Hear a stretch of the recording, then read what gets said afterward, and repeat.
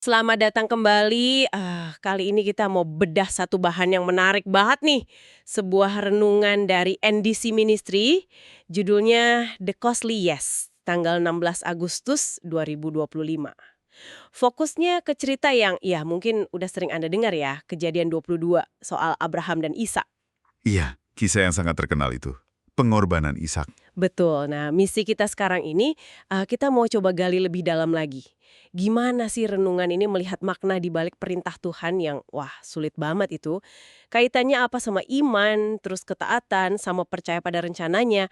Bahkan pas rasanya, aduh, berat atau nggak masuk akal gitu. Yuk, kita langsung aja ya. Oke, siap. Terus, tiba-tiba Tuhan minta itu kembali. Renungan ini benar-benar ngajak kita ngebayangin pergulatan batinnya dia selama jalan ke Gunung Moria itu. Iya, pasti campur aduk banget ya rasanya. Nah, yang menarik, renungan ini menekankan kalau ketaatan Abraham itu bukan ketaatan yang, gimana ya, membabi buta gitu. Penulisnya bilang, ini berdasarkan pengenalan Abraham sama karakter Tuhan.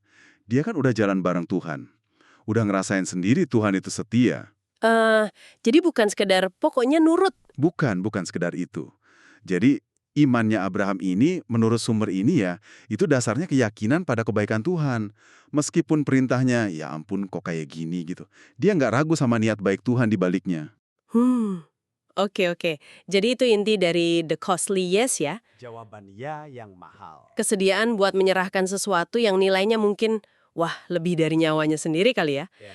Dan renungan ini bilang, justru karena iman dan ketaatan ini, Abraham lulus ujian terbesarnya. Dan Tuhan balas dengan berkat luar biasa buat keturunannya kan? Kayak di Kejadian 22 ayat 17-18 itu. Tepat sekali. Berkat yang melimpah.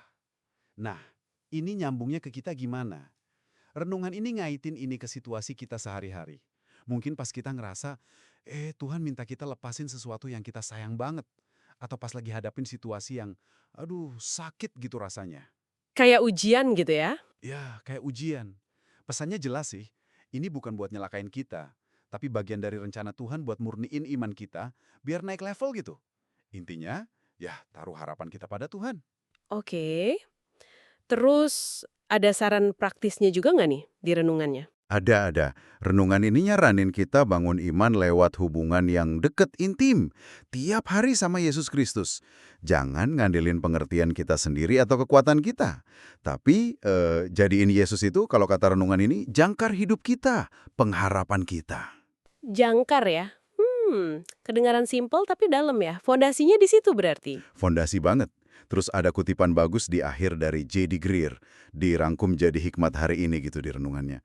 Bunyinya gini, ibadah sejati adalah ketaatan kepada Tuhan, bukan karena Anda bersuka cita di dalam Tuhan. Wah, ini nusuk banget sih. Oh, wow. Jadi bukan soal happy atau nggak happy-nya ya? Bukan soal itu. Ini kan pas banget sama cerita Abraham kan? Ketaatannya itu sendiri intinya, bukan karena dia lagi seneng atau paham banget saat itu.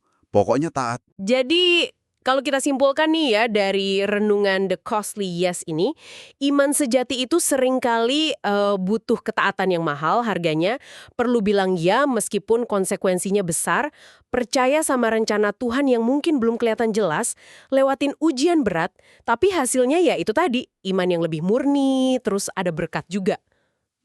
Betul. Dan ini mungkin bisa jadi bahan renungan buat Anda juga nih. Kalau kita lihat lagi kisah Abraham ya.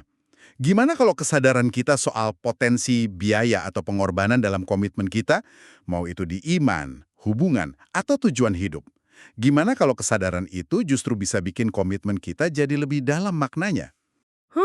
Pertanyaan yang bagus buat direnungkan lebih lanjut ya. Iya, sesuatu untuk kita pikirkan masing-masing. Oke deh, terima kasih banyak sudah menyimak pembahasan mendalam kita kali ini. Sampai jumpa lagi.